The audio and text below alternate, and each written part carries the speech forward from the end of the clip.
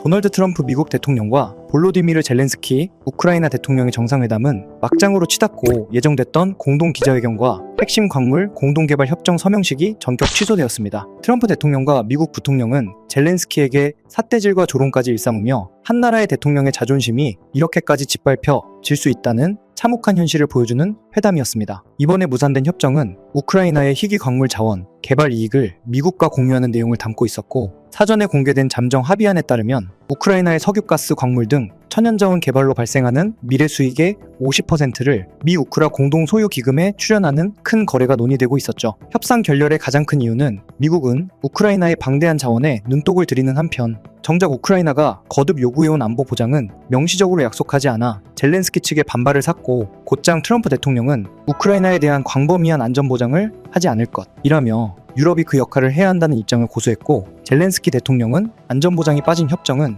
실효성이 없다며 강경한 태도로 맞섰습니다. 결국 미국이 원하는 자원 확보만 챙기고 우크라이나가 원하는 안보 약속은 빠진 채로는 합의를 이룰 수 없었고, 회담장은 고성 끝에 결렬되고 말았죠. 이 말도 안 되는 회담은 국제사회에 큰 충격을 주었고, 주식, 비트코인 자산시장까지 급락시키며 찬물을 끼얹었습니다. 이 와중에 많은 자산 중 비트코인만 협정 결렬 당일 10%의 반등세를 이루며 바짝 반등을 했는데요. 러시아와 우크라이나 전쟁은 비트코인 시장에 어떤 영향을 끼칠 수 있으며, 전쟁이 끝나면 과연 비트코인은 상승장을 맞이할 수 있을까요? 지금부터 살펴보겠습니다. 우선 트럼프는 대통령으로 당선이 되자마자 각국에서 엄청난 투자를 유치를 성공시키고, 소프트뱅크 손정은 회장에게는 무려 1,000억 달러, 한화로 약 140조 이상의 투자 약속을 받는 등 사업의 규제의 모습을 보여주며 AI 시대 기술 패권 전쟁에 앞장섰습니다. 그러나 이번 광물협정 결렬 사태가 세계 각국에 비춰지면서 트럼프의 무기였던 자신감과 상대를 압박하는 기술이 오히려 세계 각국의 정상들과 투자자들에겐 리스크로 비춰졌을 수 있습니다. 투자자에게 변수와 지정학적 리스크란 제일 기피해야 할 요인 중 하나죠. 트럼프 대통령의 외교 실패와 미 우크라 갈등은 미국의 글로벌 리더십에 대한 신뢰 약화로 이어질 수 있습니다. 특히 트럼프 행정부가 동맹인 우크라이나를 충분히 지원하지 않고 자국 이익 광물만 챙기려는 모습은 국제사회에 미국이 더 이상 세계 경찰이나 안전판 역할을 하지 못한다는 신호로 비칠 수 있습니다. 그럴 경우 일부 국가들과 투자자들은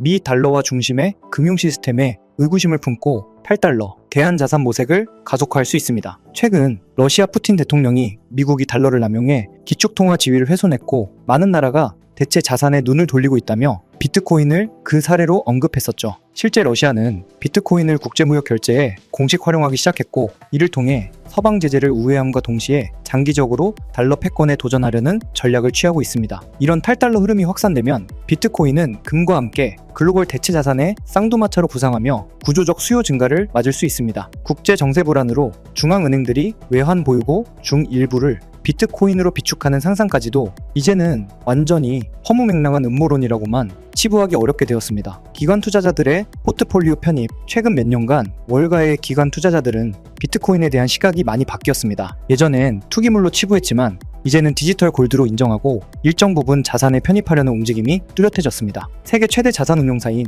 블랙록의 CEO 레리 핑크도 인플레이션 등으로 통화 가치가 떨어질 위험에 대비해 글로벌 투자자들이 암호 자산에 주목하고 있다며 비트코인의 역할을 긍정적으로 언급한 바 있습니다. 마침 미국에서는 비트코인 현물 ETF 승인 가능성 등 제도권 편입 시그널이 나타나고 있어 기관 자금 유입 기대가 큰 상황입니다. 이런 가운데 지정학적 위기가 터지면 기관들은 오히려 더 비트코인을 담으려 할 수 있습니다. 왜냐하면 전통 자산 주식회사 채 등은 전쟁 리스크에 취약한 반면, 비트코인은 전 세계 어디서나 24시간 거래되고 현금화도 비교적 용이해 글로벌 위기 상황에서의 유동성 보관처로 쓸 수 있다는 점에 주목할 수 있기 때문이죠. 일부 헤지펀드는 이미 전쟁 나면 비트코인 산다는 위기 대응 매뉴얼을 갖고 있다는 풍문도 있습니다. 만약 이번 사태로 가격이 급락하는 순간이 온다면 그것을 저가 매수 기회로 보고 뛰어드는 큰 손들이 있을 가능성도 있습니다. 하지만 투자로 돈 벌기는 하늘의 별 따기라는 말이 괜히 있는 게 아니죠. 이런 예상은 누구나 할 수 있고, 과연 비트코인이 안전자산으로의 역할을 바로 할 수 있을까요? 많은 전문가들이 회의적이지만 아이러니하게도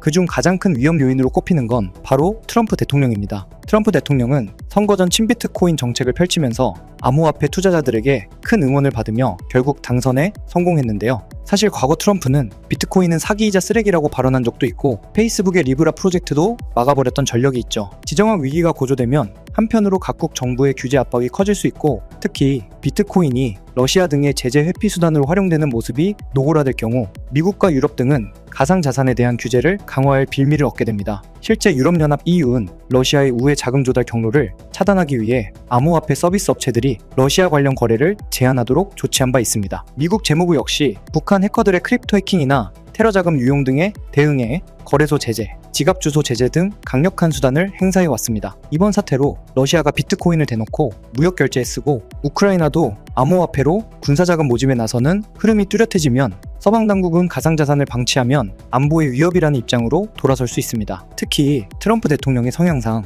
본인이 달러 패권을 중시하기 때문에 비트코인을 눈엣 가시처럼 여길 가능성도 지적된다는 거죠. 자, 여기서 과거 트럼프가 자국민에게 했던 발언 중 의미심장한 발언을 하나 살펴보겠습니다. 바로 이 말이 이번 위기에 시장 속에 제 가슴에 비수처럼 꽂혔는데요. 그동안 정부는 모든 비트코인 투자자가 가슴에 새기고 있는 가장 중요한 원칙을 어겼다. 내가 당선이 되면 현재 미국 정부가 가지고 있는 비트코인을 포함해서 앞으로 미국 정부가 획득하게 될 비트코인을 100% 유지하는 것이 목표다 라는 말입니다. 이 말에 어떤 숨은 의미가 있을까요? 그냥 비트코인을 사라는 말일까요? 저는 개인적으로 트럼프의 연설 발언 중 절대 팔지 마라, 행운을 빈다 라는 말에서 힌트를 얻었습니다. 최근 광물 협정 결렬 당일 상황 악화라는 악재가 있음에도 비트코인은 10%나 반등세를 보여줬죠. 물론 그동안 많이 빠졌기 때문에 일시적인 반등일 수 있으나 저는 이제 비트코인이 시장에서 악재는 호재로 작용하고 호재는 악재로 작용하는 디커플링 현상을 보이고 있다고 생각합니다. 한마디로 모두가 기다리는 참혹한 전쟁이 끝나고 평화협정을 이루면